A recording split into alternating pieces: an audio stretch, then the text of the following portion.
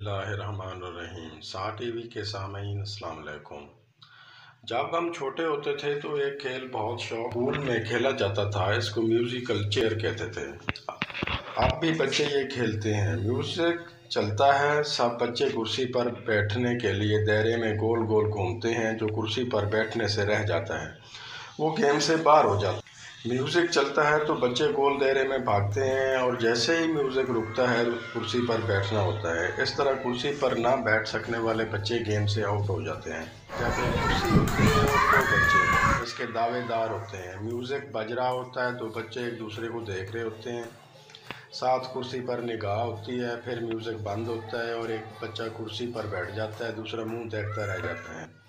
کبھی کبھی تو اس گیم میں بچے کرسی کے لیے ایک دوسرے کو دھکے دیتے ہیں، یہاں تک کہ بال اور کپڑے تک نوچ دیتے ہیں۔ اس وقت ملک کی صورتحال بھی یہی کچھ ہے۔ سیاسی میوزیکل چیئر جاری ہے۔ یہ بھاگ دوڑ اور سیاسی کشمکش عوام کے لیے نہیں ہے، یہ سب کرسی کا کھیل ہے۔ بس اقتدار چاہیے، اس کے لیے یہ سب ہو۔ پوزیشن میں رہنے میں وہ لطف نہیں آتا جو اقتدار میں رہنے سے آتا ہے۔ آپ سیاہ سفید کے مالک بن جاتے ہیں، اس لیے سیاست کی جاتی ہے کہ اقتدار میں رہا جائے، اپنے خاندان کو نوازا جائے، اس کے ساتھ دوست احباب رشتہ دار سب کو بھی نوازا جاتا ہے۔ آف شور اکاؤنٹ بن جاتے ہیں، اربوں کی جائیدادیں بن جاتی ہیں۔ منی ٹرائل نہیں ہوتی، جب منی ٹرائل مانگو تو جمہوریت خطرے میں پڑ جاتی ہے۔ اس وقت جو سیاسی میوزیکل چیئر ملک میں جاری ہے، اس کے مقصد بھی اقتدار کا حصول ہے۔ عوام مہنگائی سے مریں یا بیماری سے، کسی کو کوئی پرواہ نہیں۔ سوشل میڈیا پر ایک دوسرے پر حملے ہو رہے ہیں، ایک دوسرے پر کیچڑ اچھالا جا رہا ہے، بد زبانی، الزامات اور طعنے عروج پر ہیں۔ ایک دوسرے کے خلاف تقاریر اور بیانات کے ساتھ ساتھ سوشل میڈیا پر ٹرینڈ بھی چلائے جا رہے ہیں۔ میں اکثر سوچتا ہوں کہ شخصیت پرستی بھی بت پرستی کی طرح ہوتی ہے۔ ہمارے ملک میں جس کو جو شخصیت پسند آ جائے، اس کو پرستش کی حد تک چاہنا شروع ہو جاتا ہے۔ مسلم لیگ نواز، پیپلز پارٹی، تحریک انصاف، مسلم لیگ کاف اور ایم کیو ایم اور ان کے کارکنان میں سے اکثر اپنی اپنی پسندیدہ شخصیات کے سہر میں گم ہیں۔ ان کی صرف تعریف کی جاتی ہے، ان پر مثبت تنقید نہیں کر سکتے۔ جماعت اسلامی کے کارکنان بہت تہذیب سے کام لیتے ہیں، باقی جماعتوں میں اس کا فقدان ہے۔ ان کے کارکنان اپنے لیڈروں کے پیچھے ایک دوسرے سے دوستیاں اور رشتہ داریاں تک خراب کر لیتے ہیں، ایک دوسرے سے بات چیت ختم کر دیتے ہیں۔ پھر انہی کو ان کے لیڈر کبھی گاڑی کے نیچے کچل دیتے ہیں، کبھی ان کے سیکورٹی گارڈ والے ان کو دھکے مارتے ہیں، تو کبھی وہ اگر ان لیڈروں کے پروٹوکول کے درمیان آ جائیں تو ان کا لیڈر انہیں حقارت سے ہٹانے کا اشارہ کرتے ہیں۔ کارکنوں کو میلے کچیلے اور اچھوت سمجھا جاتا ہے، ان کے ہاتھ لگنے سے امیر کبیر لیڈر میلے ہو جائیں گے۔ ویسے بھی جتنے پیسوں کے یہ لیڈر جوتے پہنتے ہیں، اتنی ہی غریب کارکن کی سال بھر کی کمائی نہیں بنتی، پھر بھی یہ ان کے لیڈر ہیں اور رہیں گے۔ سب سیاستدان برے نہیں، لیکن سب اچھے بھی نہیں، خاص طور پر وہ جن کو خاندان کی وجہ سے کرسی اور دولت ملی ہے۔ میرے نزدیک وہ بالکل بھی پاکستان کے لیے فائدہ مند نہیں ہے۔ ایک بچہ کرپشن کے پیسے پر پروان چڑھتا ہے، جس نے کبھی غربت دیکھی نہیں، وہ کیا عوام کے درد کو سمجھے گا۔ ابھی لانگ مارچ ہوا، پی پی نے اپنی طاقت کا مظاہرہ کیا، کچھ جگہوں پر ان کے جلسے کامیاب رہے اور کچھ جگہوں پر حاضری بس مناسب ہی تھی۔ تاہم یہ بات حقیقت ہے کہ اس ملک کے مقتدر حلقے بلاول بھٹو کو پسند کرتے ہیں۔ یہ بات بھی حقیقت ہے کہ اسلام آباد اور پنجاب میں پی پی اب وجود نہیں رکھتی، جبکہ 90 کی دہائی میں یہاں پی پی کا بولڈ تھا۔ اگر پی پی اگلے الیکشن میں کچھ سیٹیں یہاں سے نکالنا چاہتی ہے تو ابھی سے کام شروع کر دے، ورنہ پی پی صرف سندھ کے حدود تک ہی محدود رہ جائے گی۔ زرداری صاحب تو سیاسی فساد کے بادشاہ ہیں، وہ ہاری ہوئی بازی کو جیت سکتے ہیں۔ اس طرح مریم نواز ہیں، ان کی جماعت پنجاب میں بڑی قوت ہے، تاہم ان کی شعلہ بیانی اور لوگوں کے خلاف نفرت آمیز بیانات جاری ہیں۔ فی الحال ان کی حکومت میں آنے کے چانس نہیں ہیں۔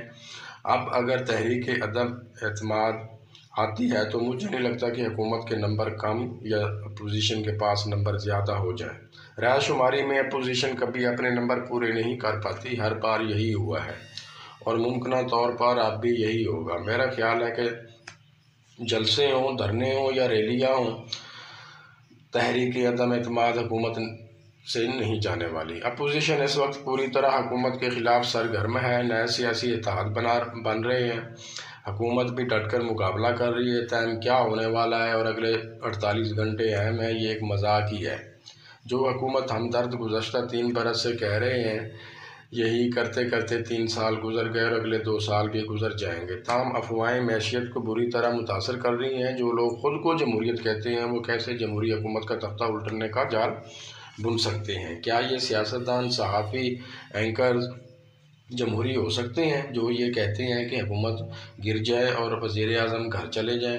اتحادی نیا موقع دیکھ کر پر تول رہے ہیں۔ حکومت اتحادیوں کے ساتھ مل کر اسمبلی میں 189 ووٹ رکھتی ہے اور اپوزیشن کے پاس 162 ارکان ہیں، تو مقابلہ بہت سخت ہے۔ اگر MQM اور کاف لیگ ساتھ چھوڑ گئی تو عمران خان اکثریت کھو دیں گے۔ جمہوریت کو سب سے زیادہ خطرہ ایسے لوگوں سے ہے جو دوسروں کی ٹانگیں کھینچ رہے ہیں، حکومت کو چلنے نہیں دے رہے، ہارس ٹریڈنگ کر رہے ہیں اور وفاداریاں خرید رہے ہیں۔ کیا جمہوری اقدار یہ ہیں تو پھر آمریت کس چڑیا کا نام ہے؟ اپوزیشن کے کھیل تماشے 23 مارچ اور OIC سمٹ کے بعد بھی ہو سکتے تھے، لیکن ایک جماعت نے 23 مارچ کو احتجاج کا اعلان بھی کر رکھا ہے۔ یہ سب کچھ بہت حیرت ناک ہے۔ قومی دن پر کیا دھرنا اور جلسہ کرنا زیب دیتا ہے؟ اقوام اپنے اہم دن پورے جوش و خروش سے مناتی ہیں، اس لیے اس سیاسی ہنگامے کو 23 مارچ اور OIC اجلاس تک مؤخر کر دینا چاہیے۔ اس کے بعد جو کرنا ہے شوق سے کریں۔ ابھی پھر پارٹیاں تبدیل ہو رہی ہیں، گلے شکوے چل رہے ہیں، دیکھنا یہ ہے کہ سیاسی فساد کس طرح سے تبدیل ہو گئی۔ تاہم تجزیہ نگار یہی کہہ رہے ہیں کہ حکومت جا نہیں رہی۔ اب حکومت پر بھاری ذمہ داری عائد ہوتی ہے کہ وہ عوام کو ریلیف دے۔ عوام اس وقت بے روزگاری اور مہنگائی کے بوجھ تلے دبے ہوئے ہیں۔ حکومت اگر چاہتی ہے تو ان کے خلاف سازشیں کارآمد ثابت نہ ہوں تو عوام کی خدمت کریں اور عوام کے دل جیت لیں۔ اس وقت مہنگائی سب سے زیادہ مسئلہ ہے اور مہنگے علاج کی وجہ سے غریب لوگ بہت پریشان ہیں۔ فوری طور پر رمضان پیکیج کا اعلان کیا جائے کیونکہ رمضان سر پر آ گیا ہے، تاکہ غریب عوام روزے اطمینان سے رکھ سکیں۔ راشن حکومت خود غریبوں کو ان کے گھروں میں فراہم کرے۔ اگر عوام کی طاقت حکومت کے ساتھ ہوگی تو کوئی ان کو گھر جانے سے نہیں روک سکتا۔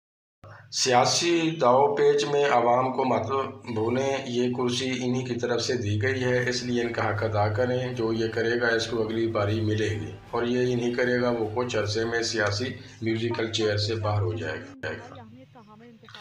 تو سب سے زیادہ حصہ، سب سے زیادہ اہم وجہ جو ہے وہ مہنگائی ہے۔ مہنگائی کی وجہ سے عوام اس کی مخالفت کر رہے ہیں اور عوام چاہتی ہیں کہ اس موجودہ حکومت کا خاتمہ ہو اور نئی ایسی حکومت ہے جو عوام کو ریلیف دے۔ اب دیکھتے ہیں کہ آگے کیا ہوتا ہے۔ عدم اعتماد کے بعد عدم اعتماد کامیاب ہوتی ہے یا ناکام، یا حکومت عوام کے لیے کچھ کرتی ہے یا نہیں، یہ آنے والے دنوں میں پتہ چلے گا۔